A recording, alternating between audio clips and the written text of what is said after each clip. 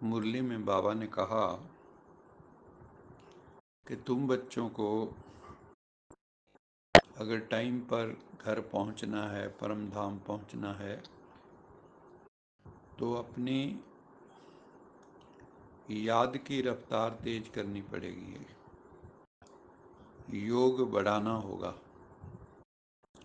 योग, जैसे बाबा कहता है, ज्वालामुखी योग, ज्वालामूर्त बनकर योग करना होगा ताकि विकर्म विनाश हो। दूसरा बाबा ने कहा कि इस दुख धाम को भूलकर शांति धाम और सुख धाम को याद करो, क्योंकि ये दुख धाम जहाँ पर पापाचार, दुराचार, अनाचार, व्यभिचार बहुत बढ़ गया है, दिन रात यही चल रहा है। एक 24 घंटे में इस धरती पर कितने पाप हो जाते हैं, कहना मुश्किल है। इसीलिए शास्त्रों में दिखाया कि धरती पर जब बहुत पाप बढ़ गया तो परमात्मा के पास गई और फिर प्रभु का अवतार हुआ कि इस धरती पर तो राक्षसों का, असुरों का राज हो गया है, आसुरी वृत्ति वालों का राज हो गया है। अगर आसुरी वृत्तियां होंगी, आसुरी दृष्टि होगी, आसुरी कृति होगी, तो दुनिया दुखधाम ही बनेगी। बाबा ने आके जो हमें ईश्वरी ज्ञान और सहज राजयोग की शिक्षा दी, अगर हम उस पर चलते हैं तो ये दुनिया दुख धाम से सुख धाम बन जाएगी। और बीच में हमें अपने घर परम धाम भी जाना होगा, शांति धाम भी जाना होगा। तो हम सुख धाम पहुंचते हैं वाया शांति धाम, अर्थात हमें सुख और शांति परमात्मा दे देता है। सबको सुख शांति देने के लिए ही परमात्मा का अवतरण, शिव बाबा का अवतरण इस धरती पर होता है। तो बाबा ने कहा सबको ये समझाओ कि इस शरीर को चलाने वाली जो सत्ता आत्मा है वो अणु स्वरूपा है, अणुरूप है, सूक्ष्म अति सूक्ष्म है, बिंदु रूप है। कई बार शास्त्रों में लिखा है ना कि बाल की नोक के भी कई हजारों हिस्से करो, उससे भी सूक्ष्म है, और उसमें पार्ट भरा हुआ है। इसी को कहते हैं law of determinism, preordained. Every event in this world drama is preordained, predetermined.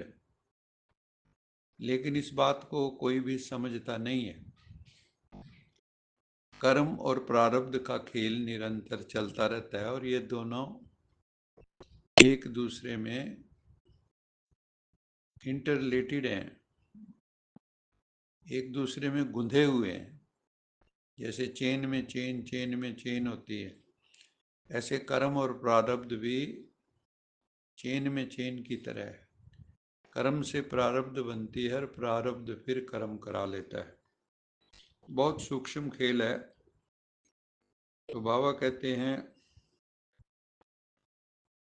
जब जीवन में बहुत दुख हो जाता है मनुष्य आत्माओं के, तो उन्होंने फिर कहा कि हाँ, इससे अच्छा तो हमें मोक्ष ही मिल जाए, छुटकारा मिल जाए, छुट्टी मिल जाए यहाँ से, ताकि हमें दुख ना भोगना पड़े।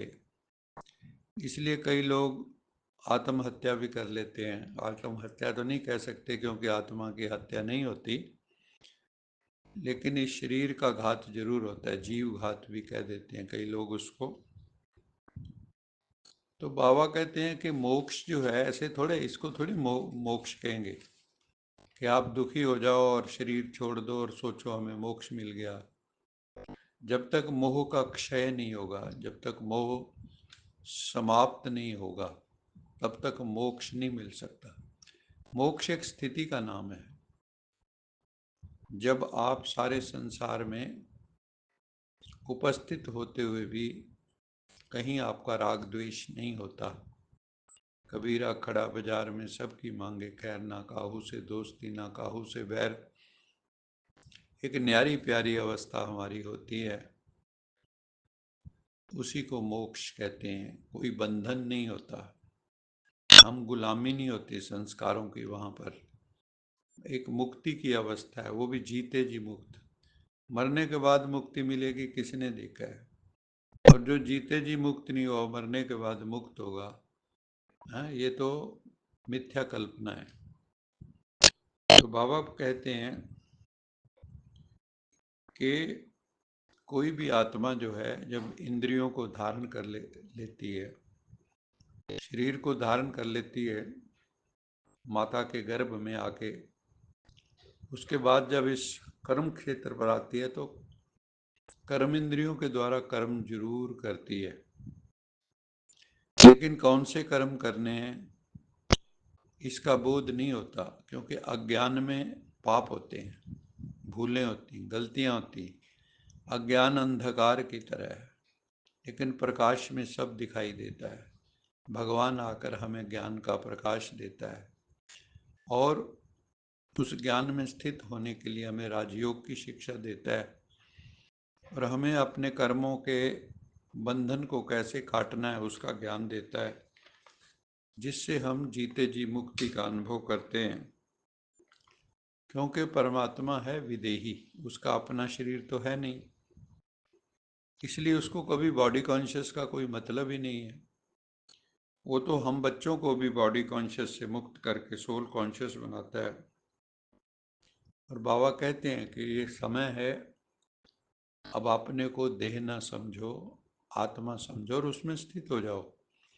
आपसे पूछे कोई कौन हो आप, तो आपको अंदर भले आप शरीर का नाम लो, लेकिन अंदर ये बोध जागृत होना चाहिए कि मैं एक श्रेष्ठ आत्मा हूँ, मैं परमात्मा की लाडली संतान हूँ, मैं श्रेष्ठ आत्मा, उच्च आत्मा हूँ, क्योंकि ऊंचे बाप की ऊंचे ते ऊंची संतान हूँ, ये भाव रखना है। और हमारी जो नेत्र हैं वो शुद्ध पवित्र हो जाने चाहिए, हमारी क्रिमिनल आई नहीं होनी चाहिए, हमारी आई सिविल होनी चाहिए, निर्विकारिता हो जिसमें, निर्दोषपना हो, पवित्रता हो, पवित्र दृष्टि हो, कामुक दृष्टि ना हो, तो उससे ऊपर उठना है। काम में दृष्टि ना हो के राम में दृष्टि हो। और हमें अपनी बुद्धि को बहुत विशाल बनाना है।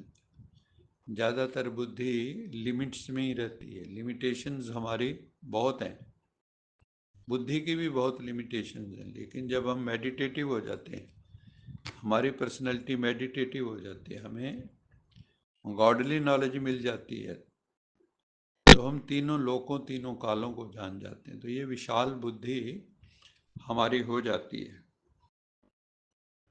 तो बाबा कहते हैं कि ये जो पढ़ाई है जो मैं तुम्हें पढ़ाता हूँ, ये जो स्पिरिचुअल एजुकेशन है इन रियल सेंस, इसकी तुम्हें वैल्यू होनी चाहिए। और जो तुम्हें ये नॉलेज दे रहा है उसकी भी वैल्यू होनी चाहिए। नॉलेज देने वाला कौन है? साक्षात ईश्वर, शिव परमात्मा, सत्यम शिवम सुंदरम सच्चिदानंद स्वरूप। बुद्धि में भगवान की भी वैल्यू होनी चाहिए। जो और एजुकेशन जो हमें मिल रही, स्पिरिचुअल एजुकेशन, मेडिटेशन कैसे करना है उसकी विधि, क्योंकि विधि को विधाता ही बता सकते हैं, परमात्मा ही विधाता है, वो हमें विधि विधान बताता है। जो भी उस विधि विधान को फॉलो करते हैं तो उनका भाग्य बहुत श्रेष्ठ बन जाता है। और बाबा कहते हैं ये जो तुम्हारा तपस्वी जीवन है, इसमें तुम्हें अपनी जो नेचुरल नेचर है, जो नैसर्गिक नेचर है, जो तुम्हारी इन्नेट नेचर है, उसको बाहर निकालना है। तो आप पत्थर को भी पानी कर सकते हैं। और अपने भीतर जो प्रेम, आजकल ज़्यादातर लोगों में प्रेम शुष्क अवस्था में है, अथवा सुषुप्त अवस्था में है, उसको जागृत करना है प्रेम को। क्या आप जब परमात्मा को याद करते हैं तो आपका हृदय प्रेम से भर जाता है? क्या उस निराकारी परमात्मा को, जिनको मंदिरों में यादगार ज्योतिर्लिंगम शिव है, जिसकी राम और कृष्ण भी पूजा करते दिखाए गए हैं, तो जो परमात्मा हमें ज्ञान देता है, क्या उसके प्रति कृतज्ञता बोध जागृत होता है? शुक्राना आता है दिल में, खुशी जागती है, प्रेम जागता है? जितना अधिक प्रेम होगा, बाबा कहते हैं कि अगर तुम प्रेम स्वरूप बन जाओगे, मास्टर प्रेम के सागर बन जाओगे, तो जो भी आपकी कंपनी में आएगा उसका स्वभाव संस्कार भी बहुत जल्दी बदल जाएगा। तो सबको आपको जो है ना, आत्मिक प्यार देना है और परमात्म प्यार के प्रति सबको सजग करना है। कैसे परमपिता परमात्मा का प्यार हमें मिल सकता है, और ये परमात्मा का प्यार जिसमें उतर जाता है, अवतरित हो जाता है, तो उसके सामने कैसे भी नेचर वाला, कैसे भी बिहेवियर वाला सोल आ जाए, उसका स्वभाव संस्कार परिवर्तन होना शुरू हो जाता है। तो बाबा कहते हैं अपने अनादि नेचर को, जो ज्ञान स्वरूप, प्रेम स्वरूप, शक्ति स्वरूप, पवित्र स्वरूप तुम्हारा नेचर है, उसको अच्छी तरह से अपना जगाओ, तो विश्व की आत्मा के प्रति तुम्हारे हृदय में सच्चा प्यार होना चाहिए, निस्वार्थ प्यार होना चाहिए, आत्मिक प्यार होना चाहिए। तो उससे जिनके भी आप संपर्क में आओगे, जिन भी सोल्स के, उनका भी स्वभाव संस्कार डिविनाइज होना शुरू हो जाएगा। उनके अंदर भी जो टॉक्सिसिटी है वो ख़त्म होने लगेगी और उनकी सोल भी डिटॉक्सिफाई हो जाएगी, मेंटल डिटॉक्सिफिकेशन हो जाएगा। और बाबा ने कहा कि अपनी विशेषताओं को याद रखो। What are your qualities, what are your talents.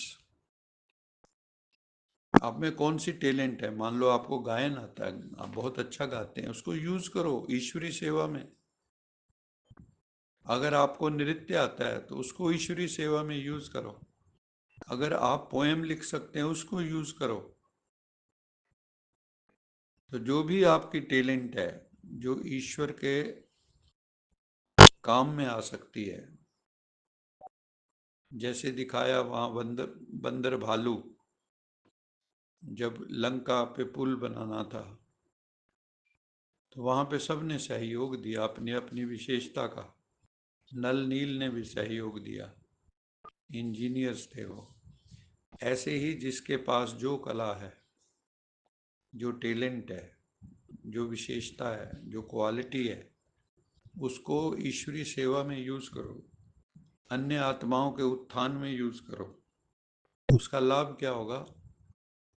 You will have higher state of mind, elevated consciousness. आप उड़ती कला में चले जाएंगे, आप उड़ते रहेंगे। और कोई जो आपके संग में आएगा, मान लो कोई डिप्रेशन का केस है,